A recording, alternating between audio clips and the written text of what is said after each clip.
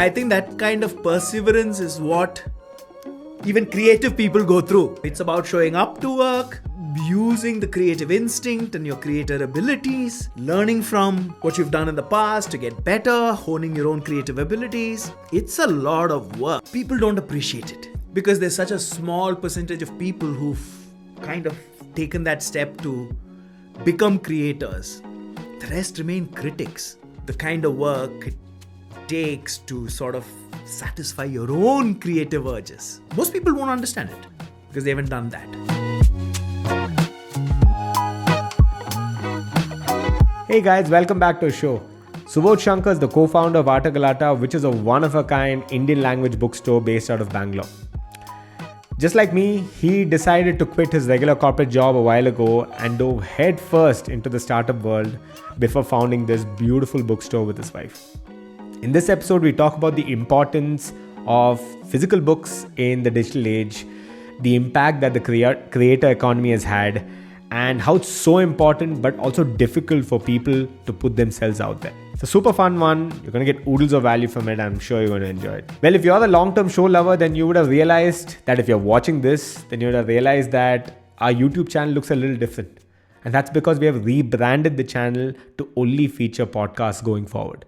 Earlier, we had a couple of YouTube videos in the self-help space, but what I've decided is to take those videos and actually create a separate channel itself for that. So yeah, if you're into productivity, if you're into self-help, if you're into building good habits, then subscribe to my new channel where I will be featuring only short-form YouTube videos. Link is in the description below. And if you'd like to be featured on the show, then we can make that happen as well. Stay tuned to find out how. I guess that's it. This is my conversation with Subodh Sankar. Enjoy the show. This is Against the Odds, and I'm your host, Akash Damodari. This show is all about inspiring people to take the unconventional path and lead a life that is truly fulfilling and rewarding. Watch and listen as talented individuals take us through their learnings, the challenges they face, and how they continuously adapt to overcome them.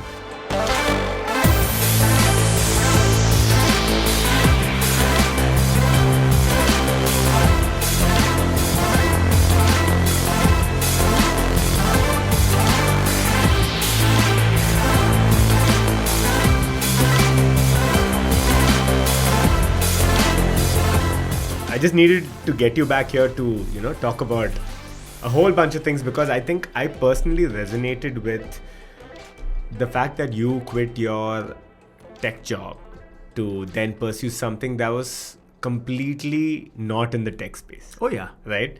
That's one thing because It's probably the best decision I've made in my life. Really? Huh? Absolutely. Yeah? Absolutely. Oh my God. Absolutely. I think, not just a tech job, right? But when you're in a quote unquote job. Yeah. In whether it's in tech or any other sort of a corporate career, you essentially have blinders on, right? You're very focused on what's ahead. You're focused on Numbers, targets, goals, next steps. Yeah. And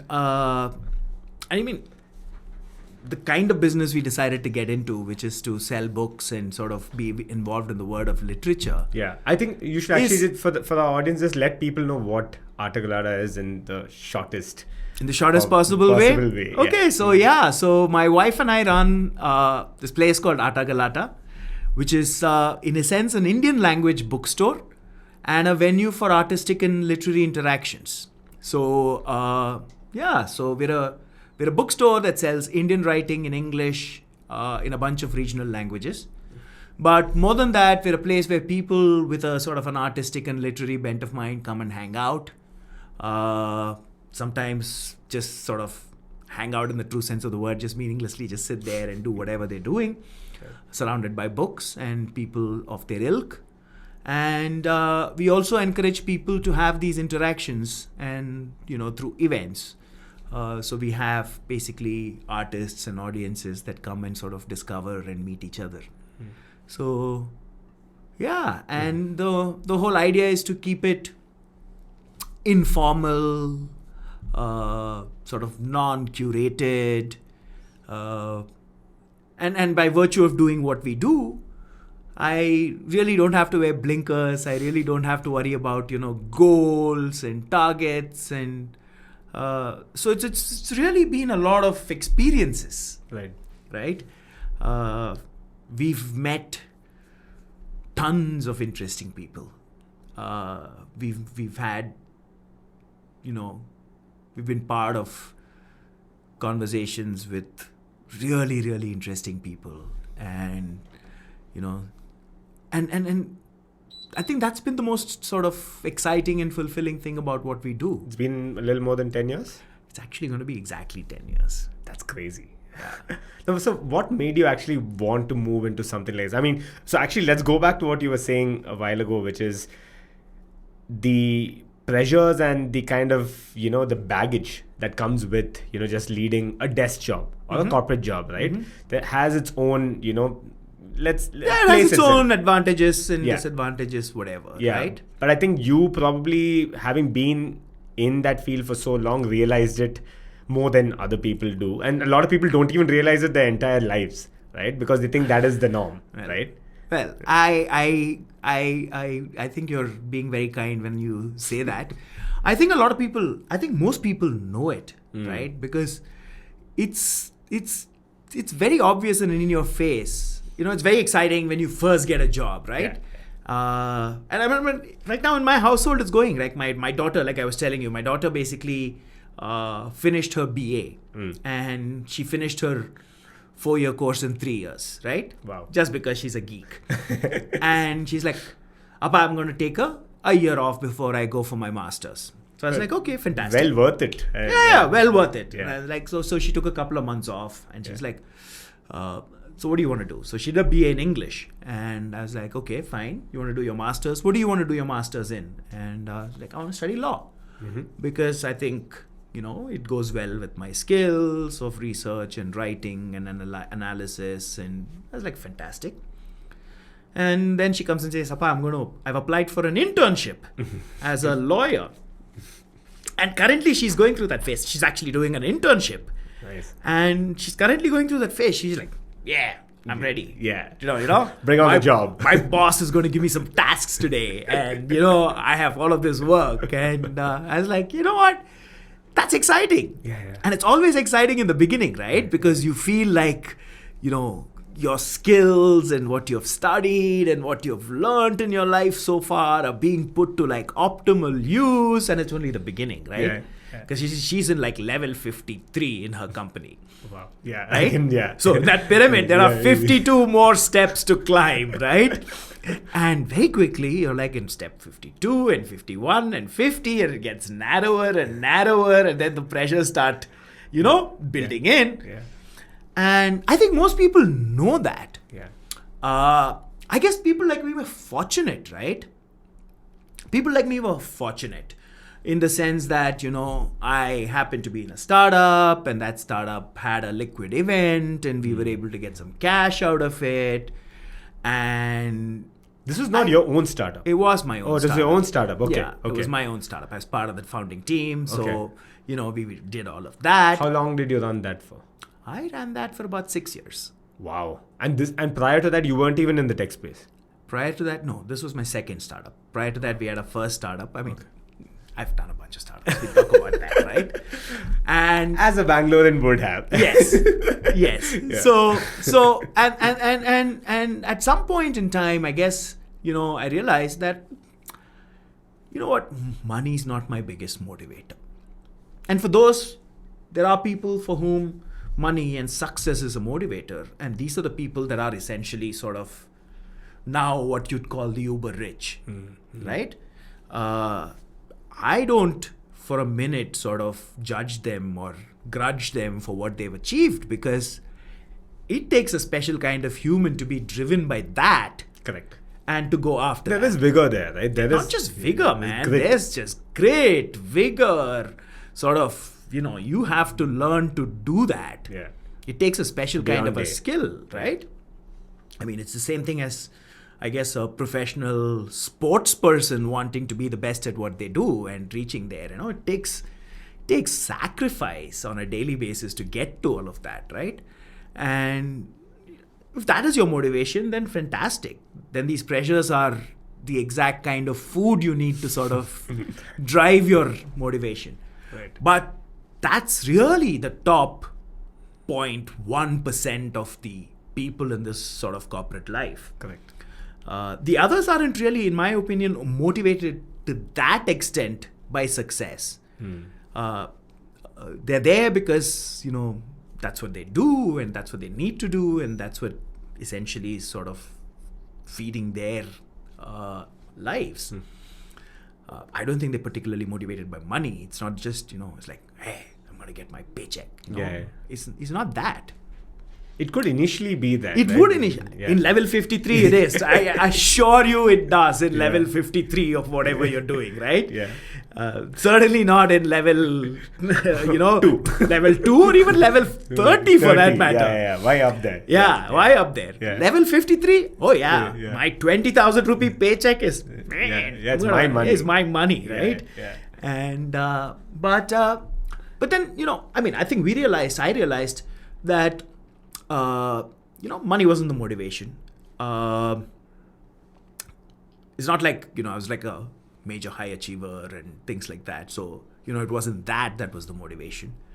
Like everybody else, you long for security. You long to make sure that, your family is taken care of. And then you realize, it doesn't take much to sort of have that quote unquote security. You don't have all your loans are paid off. In a city like Bangalore, even a privileged life like what we live doesn't really require much, right? And you're like, you know what? I think now it's time to sort of jump in and do something that sort of truly makes you happy without these pressures. And I think we were fortunate. So honestly, I think just like how Uber success comes or anything like that, even for something like what we do, I think there's a sort of a juxtaposition of multiple things that need to come together, right? Correct. It has to be you have to be in the right place at the right time. Correct. And I guess we were lucky enough to be there. Right. And was there like a turning point, something that really kind of tipped you off this and decided to, really dive deep? You know what? I don't think there was like a tipping point per se. It's more like a slow sort of a Correct. thing. Like it's all on simmer. It's all on gradually build simmer, up. gradually build up, and you're like, what? You know what? I think at this point I'm going to do it. Right.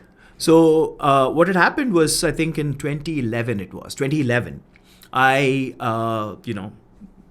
the last startup that I worked for, we basically had a exit from that. Yeah. We closed the company. So the company was no longer around. So it's not like I had continuing responsibilities or anything, right? It just got bought over and my responsibilities were over. And I was thinking about what to do next. And my wife has always dreamt of owning a bookstore. I mean, we both read, but I think she reads in a sort of a different level. She's actually a very deep reader. I read for entertainment. I read because it gives me something, to be entertained by. Correct. But she's actually a very, very deep reader. Right. And she's always been like that. And so she's always been very, very passionate about books. And she's always, by then we'd been married for 14 years.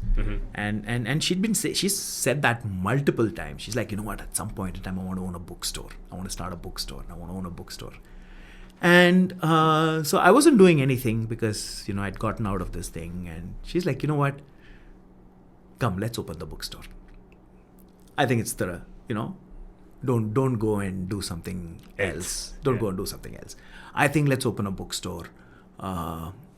It's a good place. We could grow old together, right? We could grow old together in a bookstore. It'd be nice, surrounded by books. And so that was the tipping point of the conversation, if you will. It was that conversation. But then you don't just go and open a bookstore, right? Yeah, if it was that easy. If it was that easy, right? And your mind's a monkey anyways, right? So we then spent close to 6-7 months trying to think of what kind of a bookstore it would be. Right? What kind of a bookstore it would be. And that was a time when a lot of bookstores were shutting down. Even in Bangalore, MG Road, MG Road was going through its the metro work and the transition. They're like, Gangaram's is closing down, and bookstores are closing down all over the country, and you'd be stupid to open a bookstore. And so we took our time. We've always read Indian literature, right? In your own mother tongue, whether it's in Tamil or whatever. And I've always read Indian writing. And we said, you know what? If you really look at it, the Indian writing market is tremendously underserved, right? Indian writing in English, you can get the popular ones, you can get the bestsellers. Correct. They come and go in your bookstore. But if you want to buy regional language writing, typically you need to go back to your hometown, right? If you want to buy Tamil, you go to Tamil Nadu. Of course, Kannada, you just go to town and you can go to Ankita or something and buy the best Kannada, everything there. But if you want to buy Hindi, there just aren't enough Hindi books sold in Bangalore. There are not just enough Hindi books displayed on shelves in Bangalore. You want to read Telugu or you want to read Bangla, there's just not enough, right? But we've got such a large population of each one of these sort of communities. And so we have friends whom we spoke to, and they were all like, really, if I have to buy Tamil books, I have to go to Chennai, or I have to go, to buy Malayalam books, I have to go to my hometown in Cochin, or, I'm going to Calcutta. Every year when I go to Calcutta for puja, I come back with a carton of books, right? So we're like, I think Bangalore as a market has a lot of people from these different parts of the country. So why not create a bookstore that sort of brings back that sense of nostalgia, right? By giving you an opportunity to come and browse books in your mother tongue. And so it took us a while to kind of create that concept. And about 6-7 months after we decided we'll open the bookstore, we kind of get Atta Galatta started. That's crazy. Yeah, so it was good fun. Yeah, I can imagine. Great fun. No, even when I'm sure when you got started, right, the entire market and just the environment itself so different from what that kind of transition we are going through today. Because right now, post the pandemic, everything is remote, everything is virtual, right?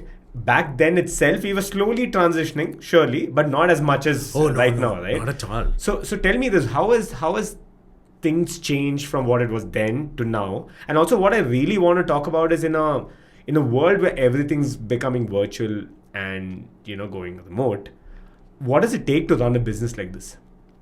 Okay, I think what's changed is like you sort of accurately summarized in your question, right? I think a rate at which we're going remote and the rate at which we're increasingly turning digital has gone up. We were always, and in a city like Bangalore, Correct. we were always sort of leading the way. We were leading the way in terms of going digital, in terms of doing things remotely. And, people have always said, what? Why books? Why would people still buy physical books, right? Why can't they just download it on their Kindle? But Kindle hasn't worked in India. Kindle's actually been a resounding failure in India. I think what people are increasingly turning to is YouTube. Right? Because if you think of a book, if you think of any literature, it's essentially a story that's being said. Correct. Right? And I think the audio visual combination of something like what you do on YouTube is what people are increasingly subscribing to. I'd much rather listen to the story audio visually. But I don't believe it's a zero-sum game. It's not like the net losses in reading physical books are equal to the net gains in terms of people consuming content, otherwise. It's never a zero-sum game. I think it sort of is a fallacy that it's a zero-sum game. Correct. Right? I think every new form of consuming content only increases the size of the pie. Got it, yeah. I think I'm a firm believer in that. And I think you have to realize that, right?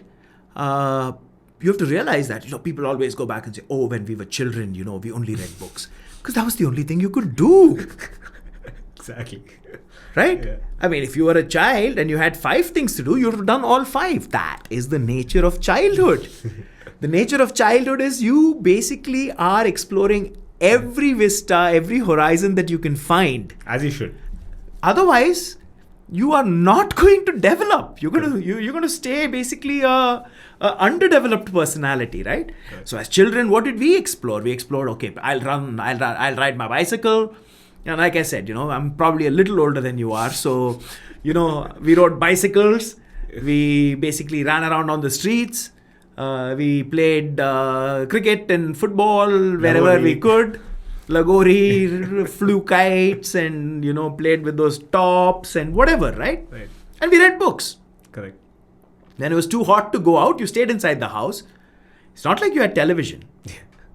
Right?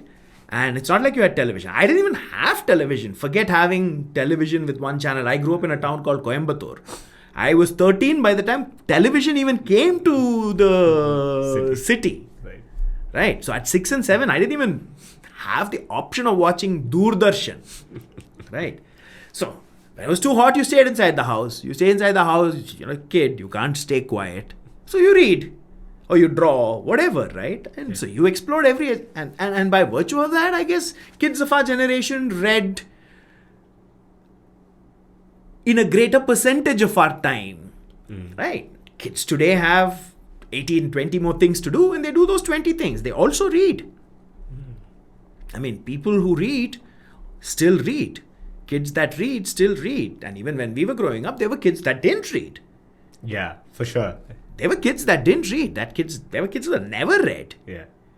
And I think it's also fashionable in literary circles to say, kids read less today because of this and that. And I think it's all a way of sort of bemoaning, pastimes and sort of dwelling in nostalgia. Right. For sure. I tend to be unemotional about those things. Right. So in a age where we are increasingly growing digital, increasingly going remote, I think it does not mean that we're going to lead our lives in splendid isolation, right? It's just that we're going to choose when and where we're going to go out and whom we're going to meet and where we're going to meet them, and it's still going to be part of our lives. I think we're still going to want to interact socially. I think we're still going to want the warmth of human conversations in the physical realm. Correct. And back then Bangalore had a small population who are all going out. Now we have a large population of a smaller percentage of whom are going out. It's still a lot of people that want to go out. Correct. It's still a lot of people that want to meet. Correct. And I think if we can create a space where it resonates with that mood that they're in, we're still going to have customers. We're still going to have people coming to the store. Yeah. You have to be very realistic about it. Correct. Right? And if you look at what happened in the pandemic, if you look at the bookstores, and we're on Church Street and we have 2 of the finest bookstores in the country, like a stone's throw away, they're doing really well. They're still selling tons of books because they've essentially sort of curated what they offer to the current tastes of readers, and Blossom and Bookworm are doing really well. Yeah. I think, like you said, right, there's always been a certain population that's been drawn to reading, and that's never changed, It's not right? changed. And even now, it's just that there are so many other avenues or facets of exploring, Correct. yourself when you're younger. Correct. So then obviously, you're bound to, not have that many people read as they did before. Absolutely. So there's still readers. Absolutely. Yeah. I mean, I run a bookstore. Yeah. I read physical books. I have a Kindle. I don't read as much on the Kindle. I don't enjoy that experience so much. I love consuming content on YouTube, and I love consuming content on the sort of Audio space? I'd say audio-visual space. I'm a huge listener of podcasts. I like consuming content, sort of audio content. Yeah. I'm not a big fan of television OTT content. Somehow I've not sort of got into that yet. Okay. But I'm still consuming so much content. Correct. at the end of the day, it's all content, right? Absolutely. So, see, there's one thing that's common to all of this, and that's the creative aspect of things, right? True. And I think people like us have come from the analytical or the process centric or the technical aspect of things, and then when you dive into the creative field is when you realize, where was this all alive? Like, Oh, yeah. like it's a different ball game altogether. I think the way creators think is from a different part of the brain. It's approached differently, and I think some people find it to be a big boon. Some people have it to be a double-edged sword where they don't have enough of those analytical skills to complement the creative element, that they bring to the table. So sometimes they don't end up, scaling, or they don't end up becoming a big creator as such. I think there's definitely a balance that you need to strike, right? Yeah. And in this creative field, you tell me, like, what have you seen after you jumped into this? Because I remember you talking about just how creators think, right? It's a very different wavelength altogether. Correct. Tell me more about that. Well, I think this is one of the things that has sort of truly amazed me over the last 10 years, right? It's really the way in which creators think. And I think this is true for all fields, right? I mean, if you look at it and you go to the tech field, I think 15 years after the iPhone was introduced, we're still amazed that it took a Steve Jobs to imagine a device like the iPhone. Yeah. Right? Yeah. I mean, the man was a creator. Correct. He chose to sort of explore his creativity in the field of technology. And, you look at Bangalore. We're a tech city. We have hundreds of thousands of people who work in tech. And I think it'll resonate with every single one of them that, they might not have the creativity to dream up something like the iPhone. Correct. Right. Absolutely. Right? And that's the sort of the tech analogy to this. Right? That's the tech analogy to this. And there are millions of such examples, right? There are millions of such examples, whether it's in the world of literature, whether it's in the world of film, whether it's in the world of art, whether it's in the world of music. I mean, when there are hundreds and thousands of people who know how to play the guitar, but how many of them are able to break into a riff like Jimi Hendrix? Yeah. Right? That's creativity. Right. And I think sometimes you don't take the time to sort of think about this and appreciate it, which goes back to having the time to perform under pressure and having the time to do other things. When you sort of sit down and say introspect, or you're given the opportunity to just spend time with so many creators. I mean, I'm amazed that I could not do what you do. Really? Absolutely not.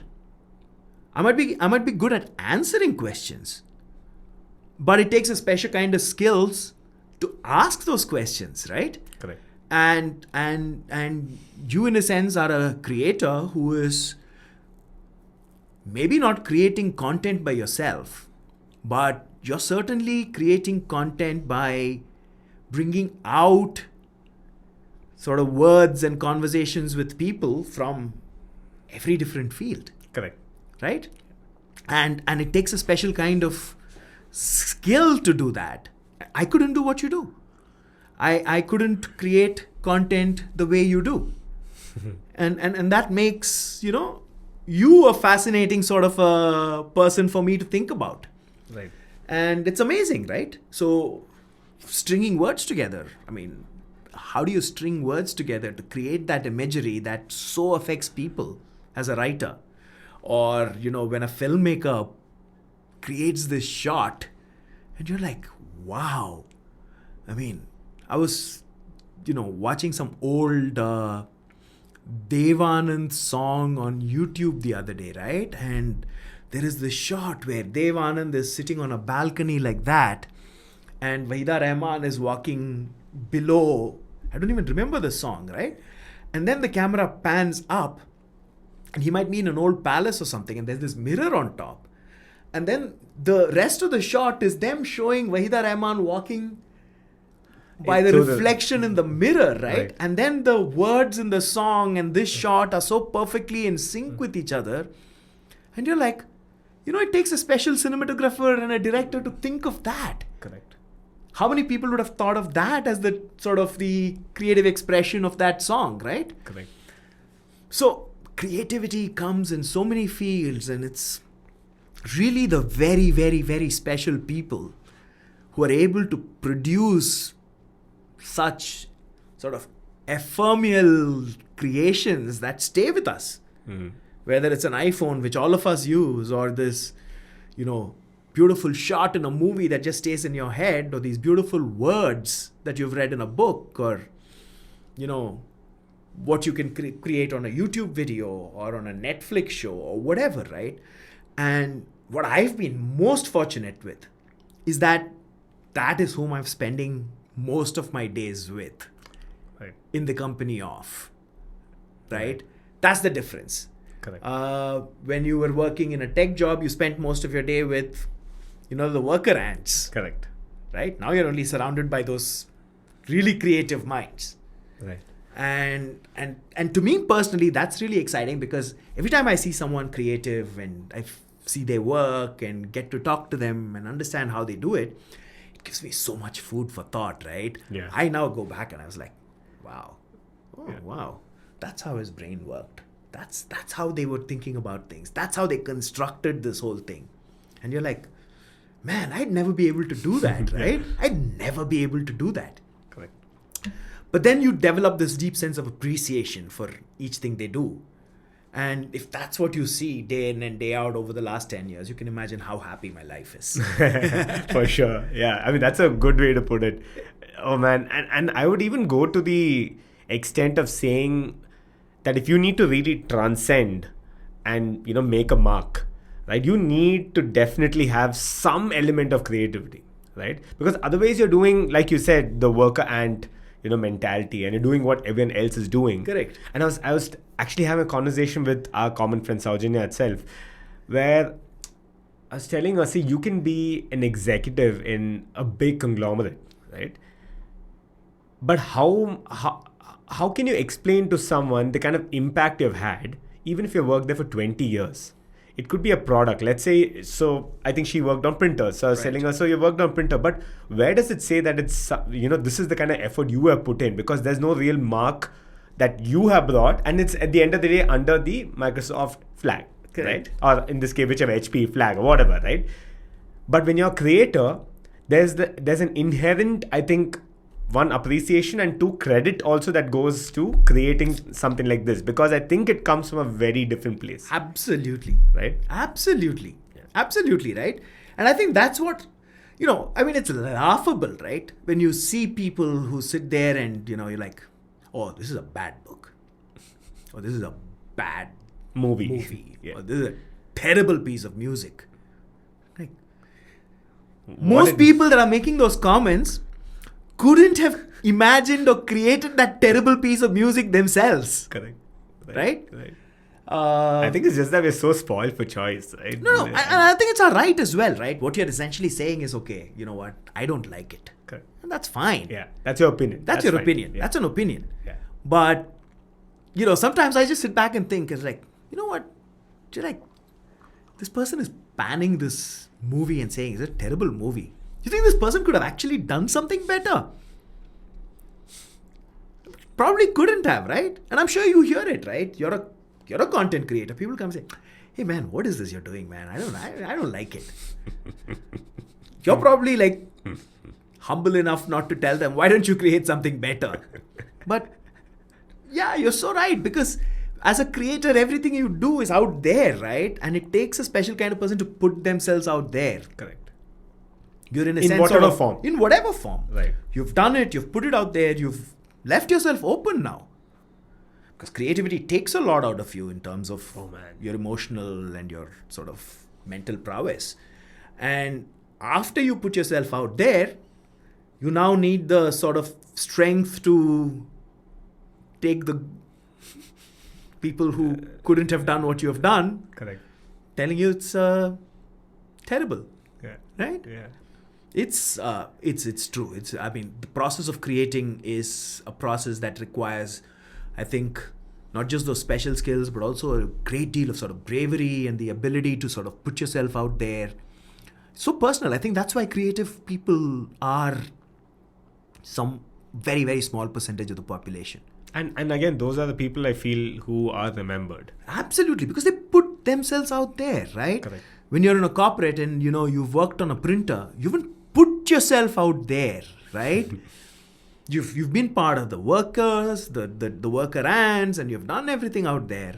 Correct. But you didn't put yourself out there. Nobody's going to call a member of the team at HP and tell them what a terrible printer you've made, right? They're not. Yeah. And there's probably more people that use a printer than probably listen to your podcast, but they will come and tell you, oh man, this is terrible. What are you doing? Because you've put yourself out there. Correct. And I think there are a lot of these unsaid, I think, areas or traits that we don't necessarily give enough credit for as well. So for instance, like you just said, right, honing a conversation is not an easy thing at all. By no means. Yeah. But a lot of people take it for granted. Right, because you can talk. Who can't talk? Exactly. Just sit and just have a chat. Try having a coherent conversation for 2 hours with different people every few days. You'll know. Correct. Yeah. Try it. Try completing 3 sentences. Yeah. Exactly. And hold that conversation, right, for 2 hours. Correct.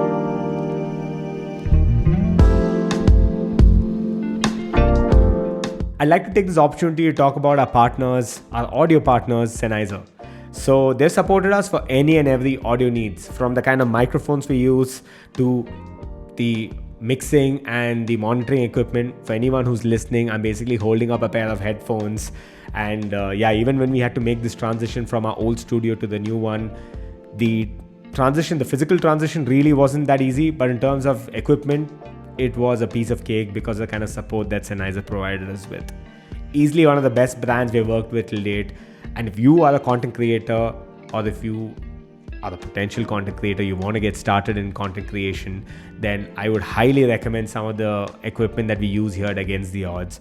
I'll leave a link to the microphones, the feedback and mixing equipment down in the description below for you to go check out. A huge shout out to Piyush and Rishikesh from the team for making this collaboration or partnership happen. And go check out some of these pieces of equipment and let me know what you think. Cheers.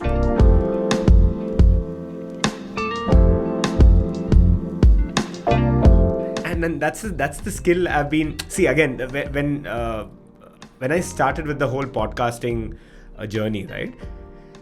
And I might have said this time and again, but we always approach it from the perspective of something that's flashy or something that is very obvious, right? So for instance, what is the most obvious thing when you watch this video or when you're listening to this? It's either the audio quality or the video quality. How have they framed it? What is the kind of equipment they're using? What is the thought process that's gone behind all of this?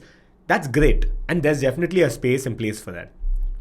But other stuff which is not too apparent, I feel is the backbone rather of this whole thing. So for instance, all of this is just storytelling. Correct. It's all just narratives. Correct. Right? So if you can't really get someone hooked, or you can't explain something in the simplest way for someone else to understand, then the whole cause is lost. It doesn't matter which camera you use, which mic you use, it doesn't matter at all. Right? That's the difference between saying, I'll bat first because I own the bat and going out and batting like Virat Kohli, boss. I might have the same bat that Virat Kohli has, right? Correct. In your neighborhood, in the gully cricket, you can say, I'll bat first. Mera bat hai. Oh man, that's so true. And that's where when now I have a lot of people reaching out to me, asking me for help when it comes to podcasts, right? So I have a lot of plans in the future where I help out with like courses and few of these kind of tutorials, if you will. But right now, if I have the time, and usually I try to make time for creators, especially individuals. And I say, okay, tell me what is it that you want to do. most people ask the wrong questions because it's always these kind of questions. Correct. Which mic do I need to use? What do I need to get? How do I frame? And see, all of that's great. Can you sit down and just talk? That's the most important. Does it come naturally to you? Right? And if not even that, after you're done, will you listen to yourself? Can you listen to yourself? Right? Correct, and not cringe. Correct. And also think, even if you cringe, can you come back to it again without losing any hope and, with no despair as such? Yeah, Can you do that? No, you're so right. You're so right. And I don't know, you're like, episode 46, right? Which Something came like out? that. Yeah. I mean, yeah. Like episode 46. I am sure episode 46 is so much better than episode 1. Oh my God, dude. It's like, my God, worlds apart. Right? and I think that part of the creative process is what you're talking about, right? You need to know that episode 1 is something I didn't cringe at that time. Right? But even after episode 46, right? Yeah.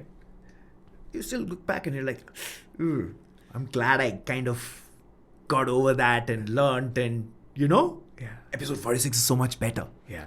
Creative process, again, doesn't happen in a flash. Correct. There's rigor and there's preparation and there's sort of, working on it. So even creative people go through this process. Yeah. Creativity doesn't happen in a flash. Creativity is not like some lightning struck you in the middle of the night and tomorrow morning the output is there and your creative endeavor has reached its pinnacle. Yeah. It's a process. Oh, it is. Much like everything else, it's a process, right?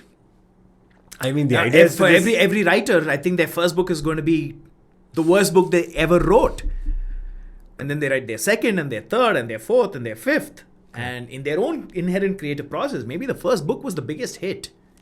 Yeah, actually it should be in their own eyes, right? In their own eyes, it might have been their biggest hit. And you're like, oh, he's a one-hit wonder. But the kind of rigor that they would have gone through in their creative process to actually learn from that first book. Yeah. And make that second book better in their own creative process. Correct. Maybe it did not resonate with the public. Yeah.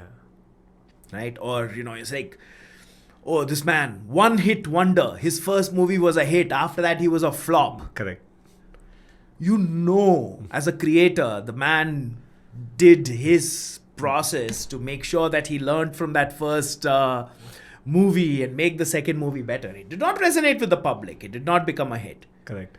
But that did not mean that the creative process stopped, right? Correct. And it's not like it's an overnight success, right? Because... Never. Yeah. I think this guy, I forget the actor's name. I think his name is Adarsh. The person who was in White Tiger. The movie, right? Adiga. Arvind Adiga. No, the actor. Yeah. So he got the lead role and everyone's like, wow, this guy came out of nowhere. But no, this guy's been struggling for the last 10-15 years. He's been killing it in the, theater and the short films and So like for us, and again, it's for people who I think who are knowledgeable, who would kind of know, what the journey's been like. It's right? because people take the liberty to express their feelings to creators, right? You don't go to a techie and say, boss, what Java you've written? I can write better Java. Unfortunately, don't do that, right? Yeah. You don't go to like a lawyer's firm and say, hey, what is this, man? I can do a better brief. You don't take the liberty with those other sort of fields. But when it comes to a creator, you're like, man, crap movie, man. I could have done it better. Right? What kind of music is this? But I think that's stupid, right? But I think that's the beauty of the creative field, right? I mean, you're creating for the masses, or rather, it can be consumed by anyone and everyone. I think it's because you've put yourself out there. Correct. Simple. Correct. So true. Simple. It's as simple as that.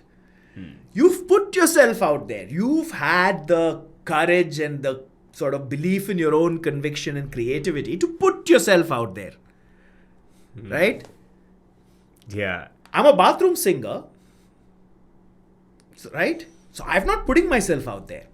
But someone's actually created this song and they've put themselves out there. I now have the liberty to pan them and tell them what a terrible song it is. That's the difference. Correct. Yeah. It's that's the tipping point, if you will. As a creator, if you've put yourself out there, it means you've had the courage and the sort of belief in your own convictions and your creativity to put yourself out there. Right. Otherwise, you're the undiscovered talent singing in the bathroom. Yeah. Right? Oh man. No, because this too, right? This podcast was pretty much, I mean, it's been building up, right? I mean, in terms of when I wanted to get going with the podcast, I always knew I wanted to create a podcast, but there's never, like one moment, like you said, like, I'll just start creating a podcast. Now I know what to do. Let's just get going. And I'm sure when you said, I'm going to start a podcast, everybody and their uncle nowadays is doing a podcast, boss. What are you going to do? Yeah. But 46 episodes later, I mean, you've learned, you've grown, your podcast has become better. You as a creator have become, your skill set has become far more sort of nuanced and sort of, For sure. And that's the beauty, right? I like when I was at my tech job, the biggest thing that gnawed at me was, I think, just the flair for the language, right? My writing had literally, I love writing, right? And my writing would only pertain to emails, right? Which is the exact opposite of the kind of writing I or you or anyone, most people who are in the creative space would want to do, right? I don't want to start my email with just as discussed or PFA. And instead, I wanted to creatively write. And I remember, like, initially when I got into the corporate job, I was a young guy, right? I just out of college, but I knew how to write good emails, right? I knew etiquette. I knew all of these things, right? So when I wrote some emails, just instinctively, correct. And I've been you're a good writer, correct. And I mean, I kind of took something away from formal letter writing from school, maybe, and few things here and there. Correct. And eventually honed that skill, and I realized, okay, this is how I'm supposed to draft a nice email. And I got a lot of compliments for the email, but I realized I'm spending so much effort into just writing an email that they'll respond to in literally with like 3 words, or they don't really care about, which just goes completely ignored. And I'm also like, this is not the kind of writing I want to do. 1 and 2, from the language perspective, right, the kind of conversations I was having was extremely like solo faceted. Right? I'm having the same conversation every day. We're talking about the same thing every other day, know. So like we get on to, and that's the thing, right? You're meeting a lot of people, yes, like-minded from that whole worker ants, perspective that you said, right? Correct. So we're all talking about the same thing. Correct. And tomorrow there's another issue that pops up, but the underlying conversation is the same thing. And I'm not able to hone my, ability to have a conversation. About 4 or 5 years in, I'm like, have I really improved how I can, hone a conversation, or do I have better control over this language?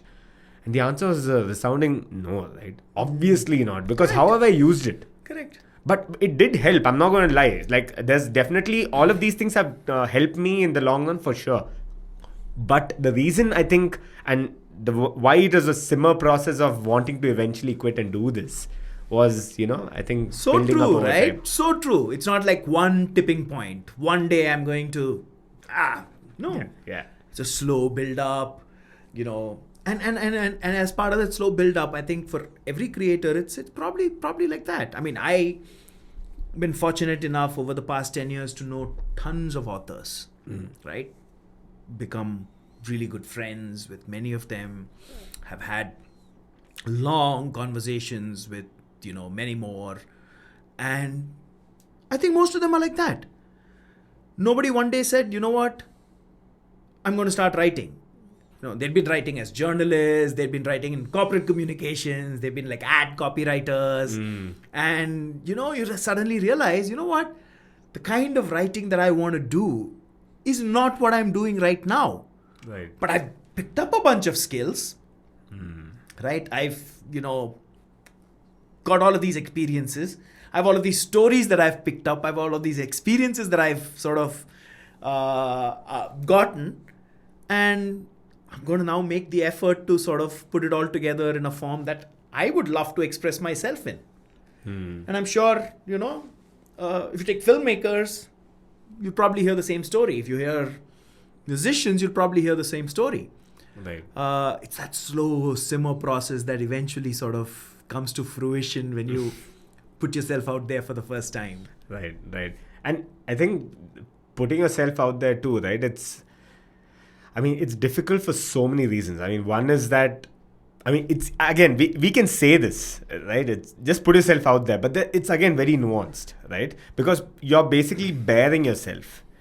You're also maybe putting yourself in or jumping into an industry where you have no expertise or no experience in at all.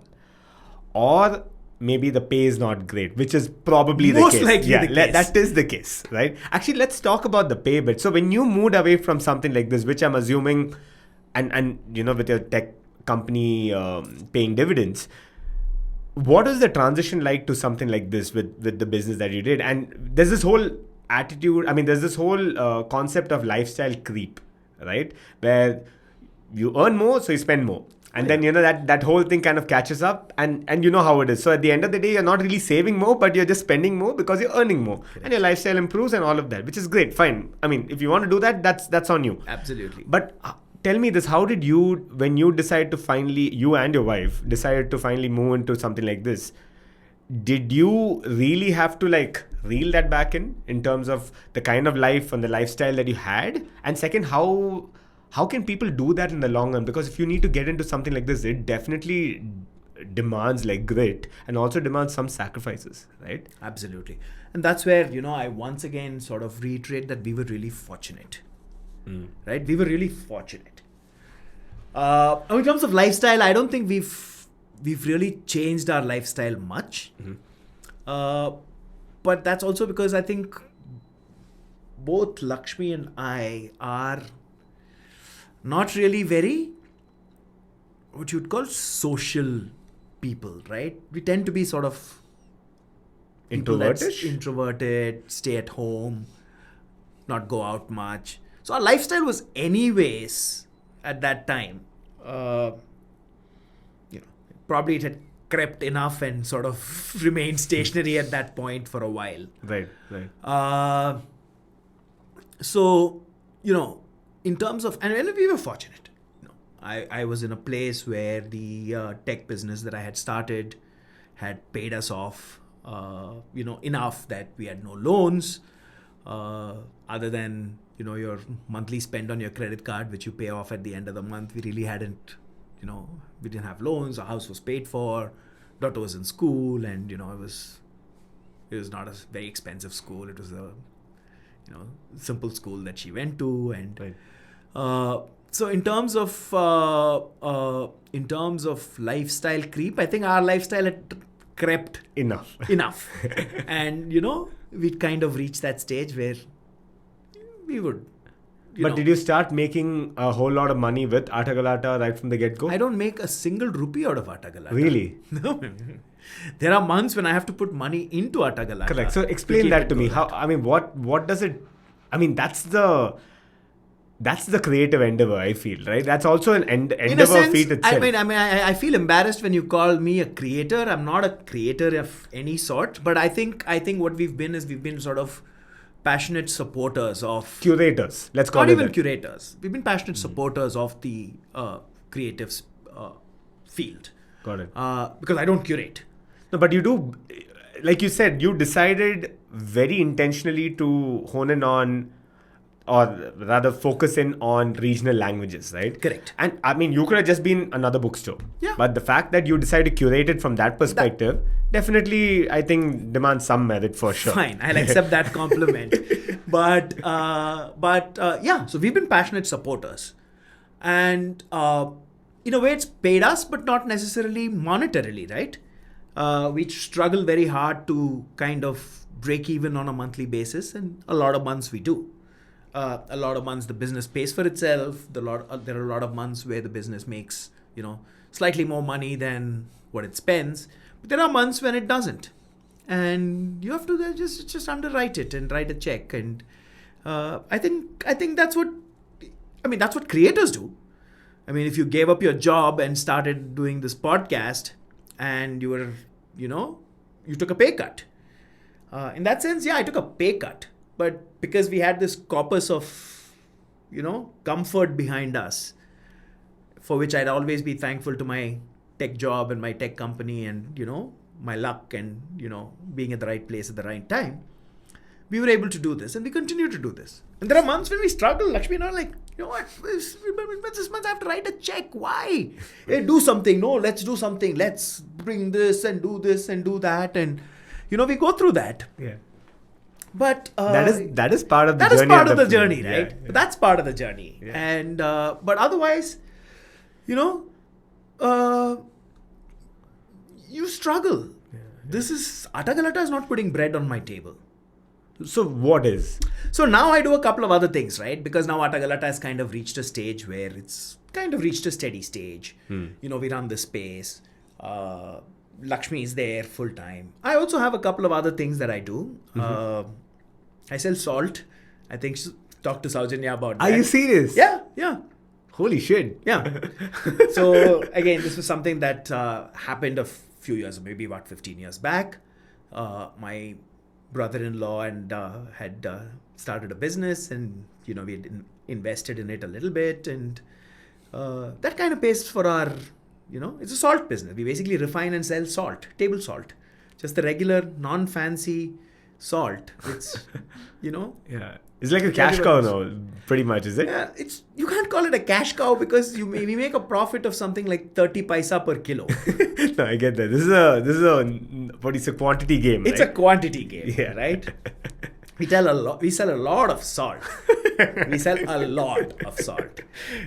And we make 20 to 30 paisa a kilo on the salt. But when you sell a lot of salt, then it's okay. You can take home a nice salary from that. Right. So I do that. So that something like that kind of keeps you going. But that's the kind of business where your creative side is left completely unsatisfied. Correct. I mean, this is nothing, right? There's no give, nothing. Nothing. Yeah. There's nothing.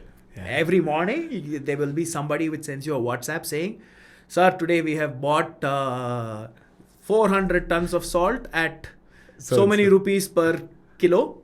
You're like, very good. And at the end of the day, they will send another WhatsApp saying, "Sir, today we have sold 530 tons of salt." Congratulations, thank you. Very good. Oh man, never thought I'd have a salt-based conversation on the podcast, but there are many such businesses like that. Absolutely. I think it keeps the world going. Absolutely. I mean, there's a space and place for it, right? It's an essential. Yeah, It's an essential. yeah. I mean, it's an essential, and we have our own crises. Yeah. If it rains in the morning, Oh my then we can't buy salt that morning because all the salt is dissolved. Right. Or if it's not sunny enough, or if a truck breaks down, then we can't Logistics, sell right? enough salt. Yeah. So it has its own, ebbs and flows and nuances and things like that. But nothing that involves the creative sort of aspects of your brain. So it's always nice to sort of come home in the evening and get back to Atta Galatta and have a coffee and meet all the people that hang out there and have conversations and go back fully energized. No, but was this always the plan when you quit your job? Or rather, when you took up Atta Galatta? Was it to also do something like this on the side? No. Or that eventually became a thing? Which one? The salt business. The salt or business anything else that you're doing on the periphery? So, you know what? I've always been a kind of guy that's tried to do as much with my time as possible. And when you're doing, and which is why I was a startup founder, because as a startup founder, it gives you the opportunity to get involved in so many different aspects of the business and get involved in anything and everything. And I think, I'd already invested in this salt business with my brother-in-law, and that was something which was going on. You try to help others. So when I quit and started Atta Galatta, Atta Galatta was taking my entire time from morning to evening, right? In fact, one of the things that I've been happy to do is after I quit my sort of formal corporate job and started working with Atta Galatta, I think I've hardly told people I don't have time for this. Because now I find I have time for a lot of things, right? So there are many people that I have tried to sort of advise and help, with my experiences in tech. So when, young entrepreneurs or whatever come, I kind of try and talk to them, help them, pass on any Nuggets. pass on any experiences, right? I do this, we also, as part of Atta Galatta, have sort of grown, and we part of the team that puts together the Bangalore Literature Festival, the Bangalore Poetry Festival. So those are sort of events which take up 2-3 months of your time, significant amount of your time. You have time for everything, right? Because now you're no longer sort of wearing blinders. Correct. And sort of focused on goals and next steps and revenue and targets and things like that. Now you have time. You have the ability to create time for everything. So, so I've, over the last 10 years, done many, many different things with my time. And that's part of the whole sort of, discovery process of yourself. You can try and explore all of these different things. Yeah, and I think it's about figuring out what those priorities are, right? Because I can so resonate with what you're saying, because the main reason why I wanted to move out of a corporate or a desk job was so that I could have control over my own time.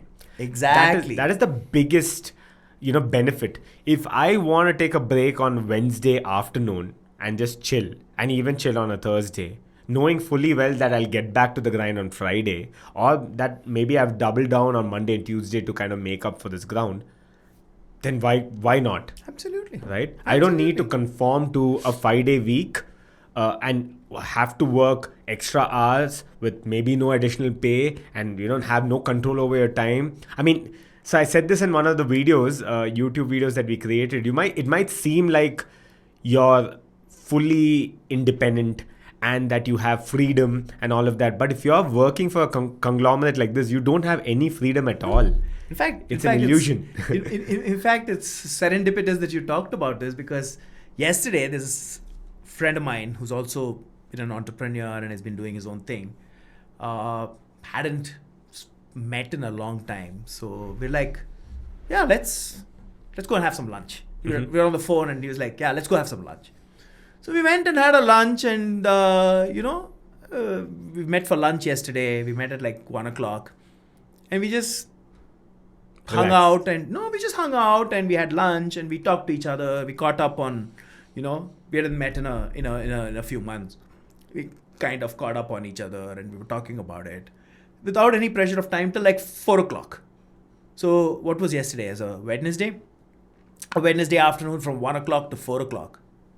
Just catching up with a friend, thinking about, always thinking about stuff, right? He'd come and say, hey, what's happening in Atta Galatta? I'm like, hey, what's happening with your business? He'd tell you something. You tell him something. You don't feel the pressure. You're not like, oh my God, I had a 3-hour lunch on a Wednesday. Maybe I should have kept it for a Saturday or a Sunday. Correct. No, because maybe on a Sunday, I don't have time for a freewheeling lunch with a friend. But on Wednesday, I do. Right. It's your time, yeah? And that's, I think, a big part of, doing things independently of this whole corporate structure. Yeah, for sure. And I mean, see, that's the thing, right? It's only when you figure out what your priorities are and you realize that this is why I want to do this, right? It really kind of starts fueling, what your entire journey and what you want to do. And then things slowly start building up. But if you don't have clarity on that, it's a battle every day. Absolutely. You can sit at a corporate desk job and have a battle and say, oh my God, this is not for me. I'm like, look at this. Everyone's doing the same thing. I'm losing my shit. I can't do this anymore.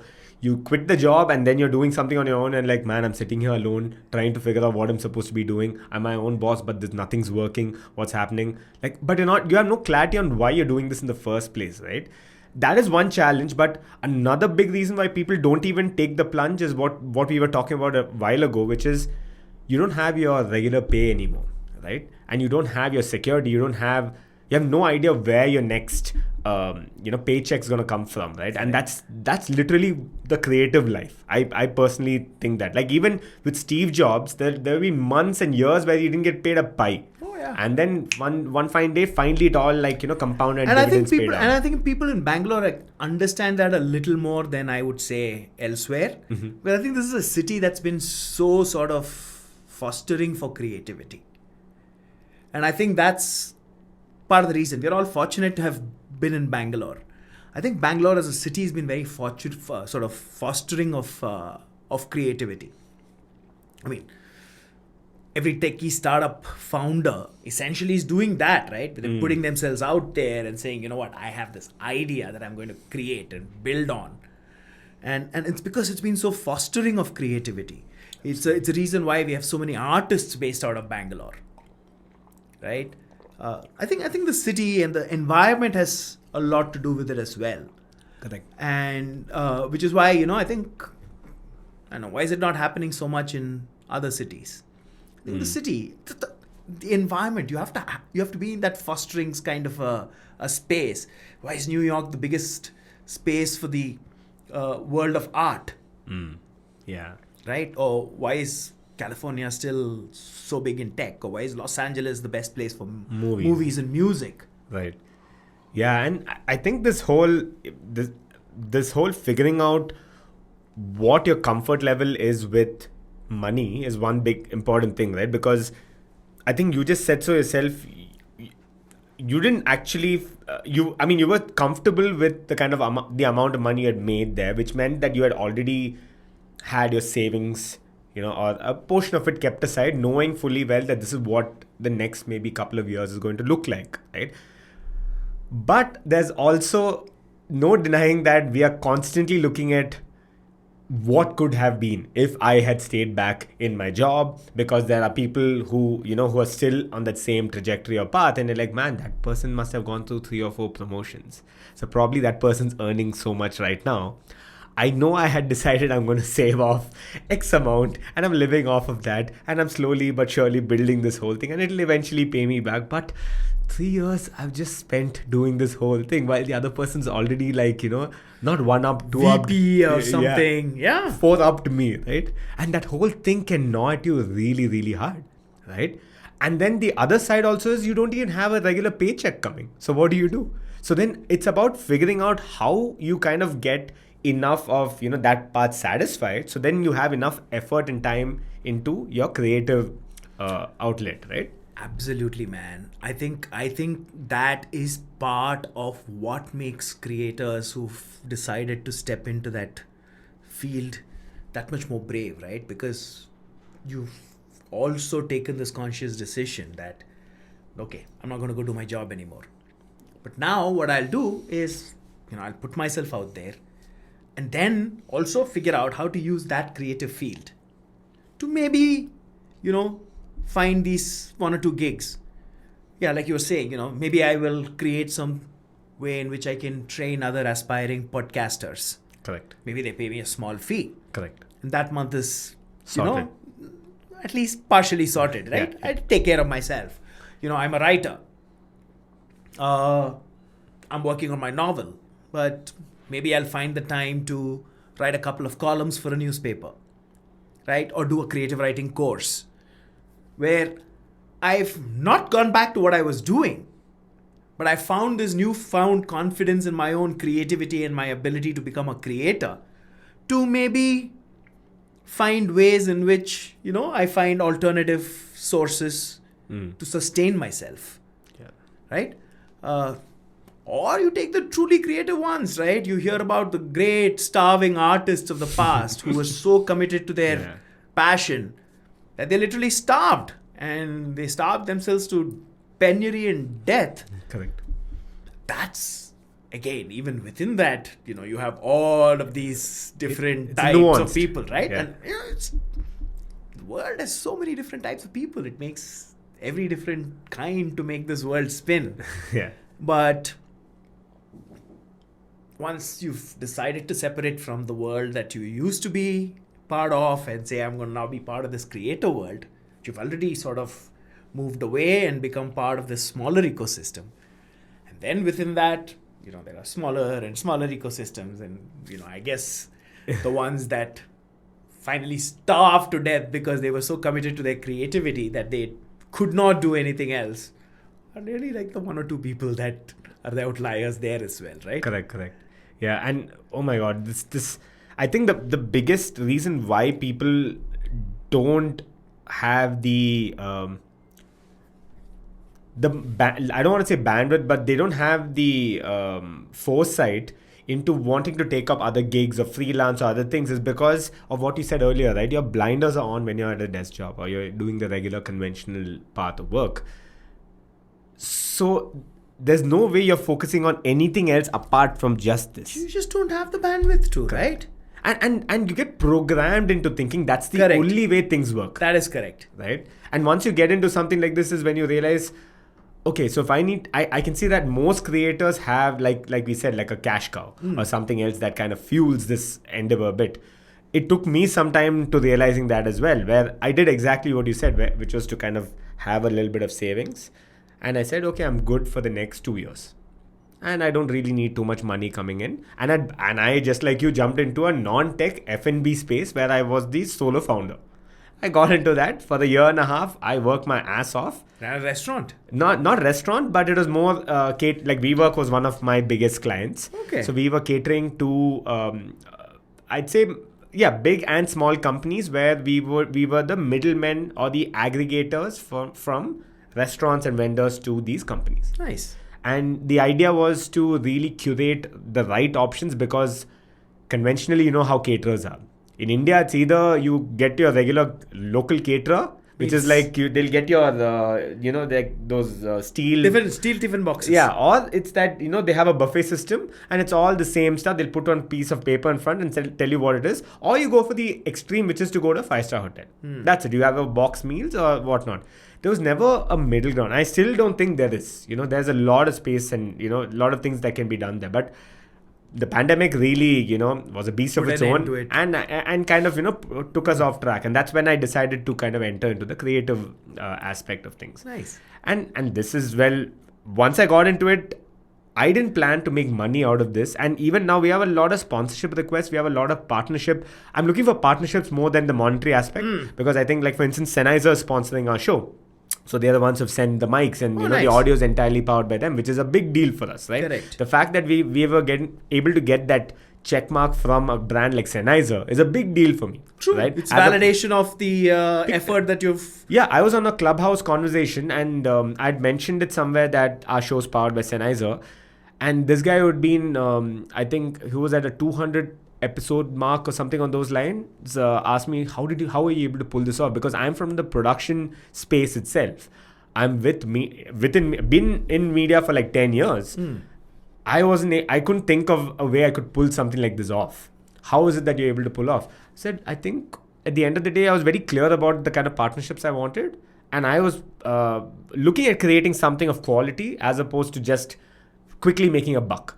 Or, something on those lines. And that's really paid off, right? And even now, there's no money really coming in from our podcast. It's not even enough to like maybe for one meal. Let's put it that way, right? That's what it is. The truth, right? But then I realized as I was creating more and more of this, our common friend became one of my clients. Then I had a lot of other people who reached out to me saying, how are you creating this? Is there a way you can help us out? Because I see that you maybe have a small team. You probably won't charge as much as a production house would. And I said, I have no idea what and how people charge, but let me just try. This is what I will do. Yeah. And then that became like my, way I was making money, and it still is. Now I have a small business going there. And now I can, come back fresh here and do what I'm doing with my podcast. Absolutely right. I think that is basically now what you've done is you've created a creative ecosystem. Correct? And that creative ecosystem has its own ebbs and flows. It has its own requirements, and you've in a sense been able to be part of that, right? And I think that's what a lot of artists today do. That's what a lot of artists today do. I think a lot of artists today just don't say, you know what, I'm not making any films right now. So yeah, maybe I will go and do an ad film.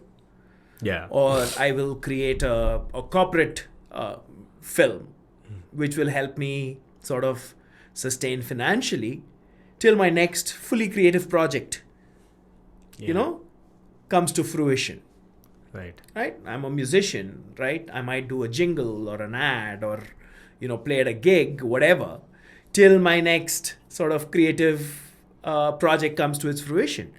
And I think what you'll have to realize is, unless you reach a certain level of acceptance for your creative work, you don't get those opportunities. Absolutely. Yeah. Which is also validation of the fact that as a creator, you've got a certain level of acceptance. You've got a certain level of competence where others recognize your creativity for what it is. Yeah. That you reach it. Yeah. Right? So, which also shows the progress that you've made from episode 1, in your case, Yeah. to where you are right now. My God, if you it's saw, amazing, right? If you saw episode 1 and 2, you'd be like, what is actually happening? It's just like so awkward. So it was just me introducing myself and the show. And man, I'm so awkward. And even now, right? I mean, sitting alone and having a monologue or, talking head style video, talking to the camera is not easy, right? It's very difficult.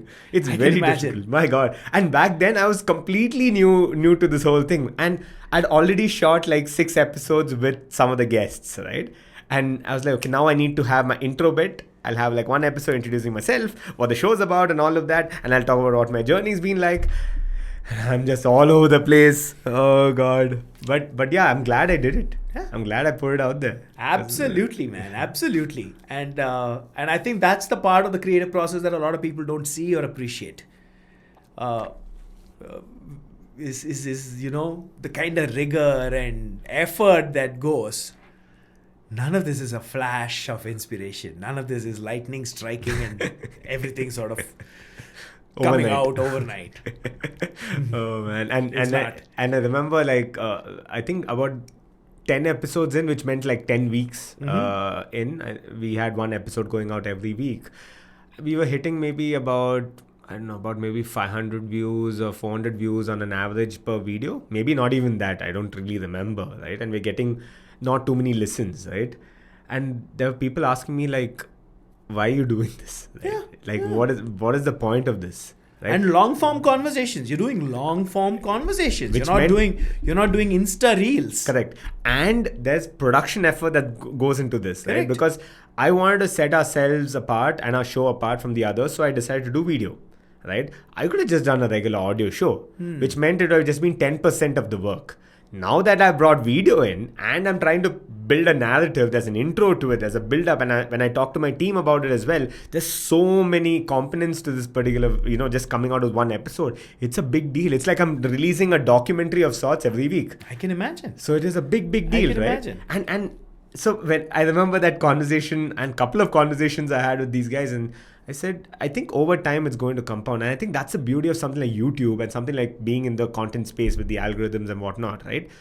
It really did compound because things and the kind of content we're creating, I personally think is timeless. It can be consumed even 10 years down the line, and most of the traits, most of the the insights and the values that we're bringing to a table right now, what we're talking about, still will hold true, right? So I still see people going back and watching my shitty episode 2, although I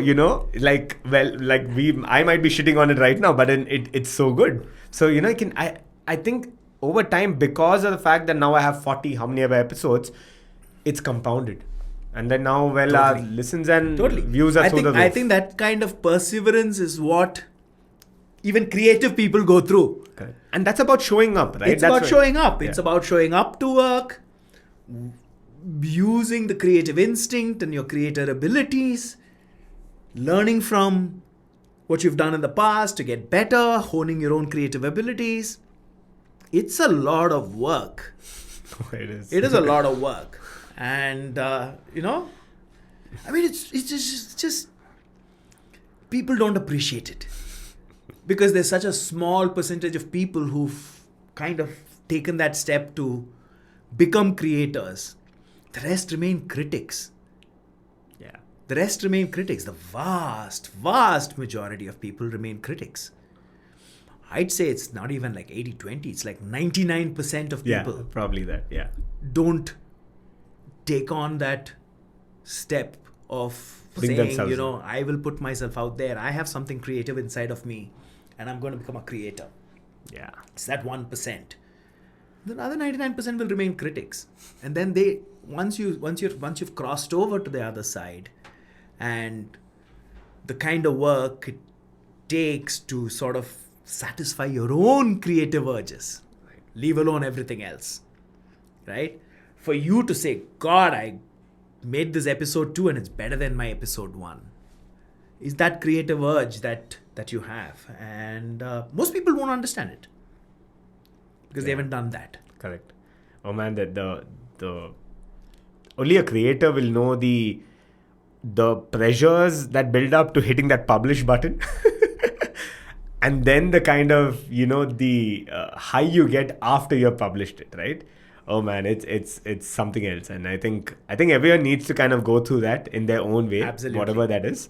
But it's I think important to find that. But amazing. Yeah. It's an amazing feeling. Yeah. Perfect, Subodh. I think this was great. I had a bunch of things I jotted down I want to talk to you about, but this was in itself a good segment on just the creator economy and just creators itself. And happy to have had this conversation with you. I thoroughly enjoyed myself. This is awesome, man. Thank you so much for making this happen. And I say this a lot to a lot of my guests that we'll have you back here once you hit a milestone, but unfortunately I'll be moving out of the country. But who knows, once I do come back, I'll plan to have a bunch of the guests that were already on my show back here again. So yeah, I'd be watching your show and judging you.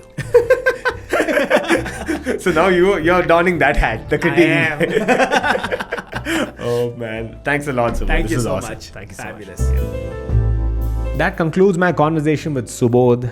Thank you for watching or listening. If you are watching this on YouTube, then consider smashing the like button because it really helps the algorithm and it really helps get the word out there. It helps get the episodes in front of more people, and I'm sure it's going to have an impact and help more people along that process.